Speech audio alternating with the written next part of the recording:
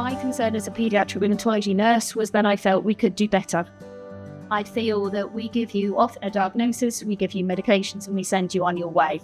And I want to know what we can improve about that. And that's been kind of my mission for the last number of years.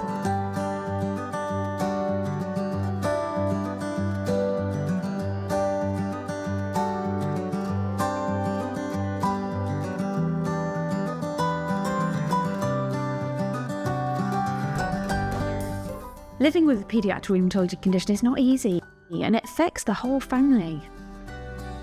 That's why this impact study is so important. It's working with families to understand what their needs are. I've got Sjogren's syndrome, which is a rheumatological autoimmune disease. Lupus is a chronic autoimmune illness that can affect many parts of the body.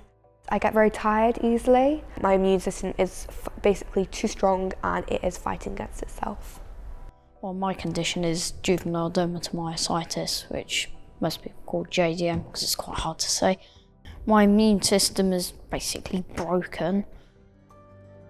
There are lots of amazing new medications out there for JIA, but nobody yet knows about the right drug for the right child at the right time. So it's a trial and error process of starting medication. I was on medicine called methotrexate, and that made me feel really, really sick and horrible.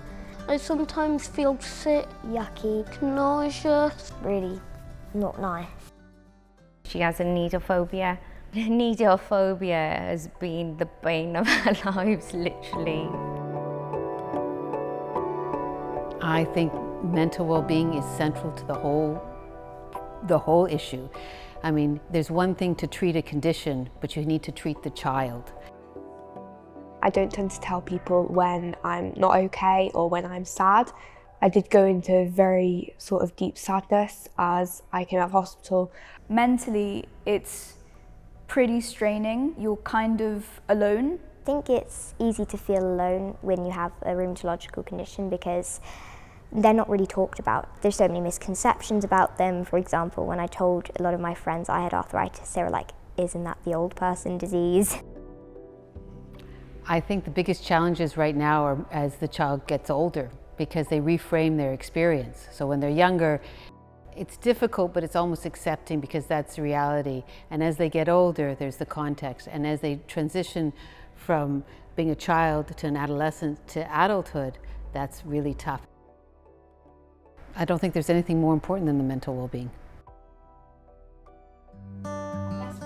We're working together with families to design, develop and test a paediatric rheumatology specific chatbot that will empower parents between appointments and enhance existing traditional care. If I can do something that will help other people, then I am going to try my hardest to do that. This study is unique. It covers all ages, all paediatric rheumatology conditions. It is UK-wide and families are co-designing their own chatbot with us. Having a chatbot will be very important because rheumatology teams, they don't work 24 hours a day, 7 days a week.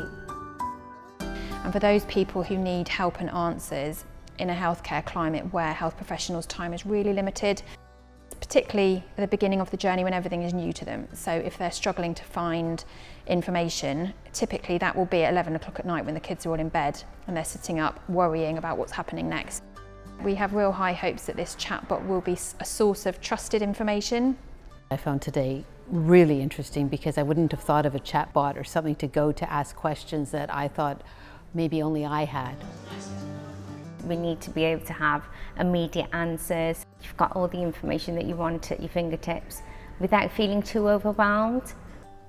This study is so exciting. I am completely blown away by the amount of support.